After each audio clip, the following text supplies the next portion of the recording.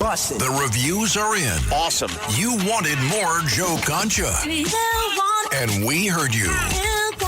More Joe. More show. We're talking to you. Under promise and over deliver. Joe Concha. Weeknights at 9. Plus Sunday mornings at 11 on 77 WABC. Jimmy Kimmel no longer tries to be funny. Not that he ever really was. Joe Concha. Weeknights at 9. Plus Sunday mornings at 11. Democrats defending cocaine coming into the country. Listen, all you New Yorkers. Excuse me. Taxi. Okay, man, we're looking around. This is the 77 WABC minicast. Sunday morning. Well, with us today is Lynn Shaw, and she worries about our kids. She worries about her own kids, but she worries about our kids. And so many things are happening in our country that are putting our kids in danger. And, well, Lynn Shaw, would you like to talk about it on a Sunday morning? Absolutely. Thank you, John. Listen, we're hearing all these headlines about other countries, what's going on, wars, buying places. I don't know. You know what the war is? The real war is right here in America, the war on our children. We have big tech right now. I'm going to say, John, they're basically running Capitol Hill with their influence. You know, January is traditionally, always is, Human Trafficking Awareness Month. And blue is the color of human trafficking. Blue signifies a blue heart, a sad heart, and, you know, hope.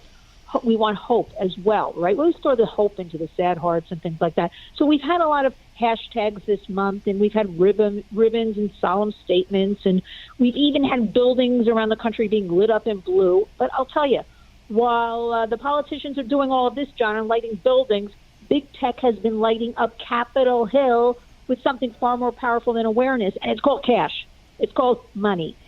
I want to explain this to everybody. So roughly right now, what we know about, I always say what we know about because I always maintain, John, it's always more than that's put out there. So roughly right now, we have $100 million plus from big tech in lobbying firepower aimed at one thing on Capitol Hill, slowing, shaping, and softening child safety laws. Right now, we have 18 child safety pieces of legislation. Congress is lumping them all into one, which is something nobody's ever heard of. We don't even know. We have no transparency. What is happening? We have worked at the Warriors on the Kids Online Safety Act for 4.5 years. We can't even get an answer coming out of Washington. Are you marking it up? Is it going to go to a vote? Nothing, John. So does this sound fair to you that big tech is allowed to run around? People like Mark Zuckerberg, he has one lobbyist for every 6 members of Congress. And for everybody listening, Mark is, Meta, Facebook, WhatsApp, Instagram.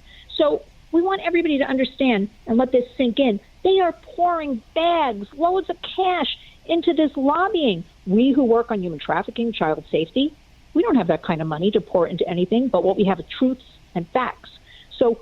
So far, we're up to $100 million right now. 2026 just began. All of this accounting started in the first quarter of 2025. I can't imagine where we'll be by the end of this year, John. So here's what we have to do.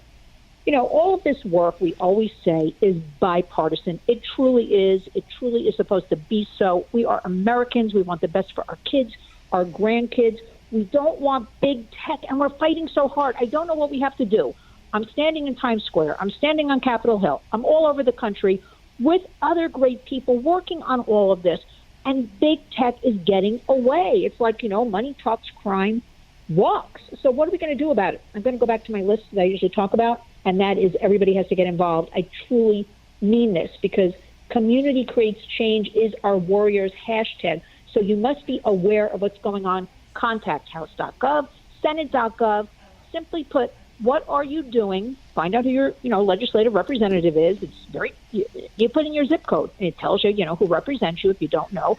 Write them an email. Everybody has an email now. And just say, what are you doing about child safety? When they get, it used to be 10 to 12, John, about his subject matter. Now it's 4 to 7 in an office they must address. So you need to use your voices, speak up, speak out, and say, what are you doing? Demand that they reject big tech running Capitol Hill and creating all of these loopholes so we, as parents, grandparents, Americans, don't have child safety. And then when you hear about something like Kids Online Safety Act, at the Warriors, go to lynswarriors.org. We have all the information there. Support it. Leverage the internet for good. Put it on your platforms. Let people know about it. Organize in your schools, in your communities, just your parents and friends, other parents. Do you know this is going on? Let's come together. Let's come together as a group. Even if it's 2, 3, 4 of us, let's go to who represents us and let's talk about it and push for media coverage. Media does not, except for WABC, very few people really cover what we talk about. I'm going to say next to nobody covers what we're talking about here on the Cats Roundtable, and get them to open their ears and eyes, but that's a whole other program about the media and covering things like this.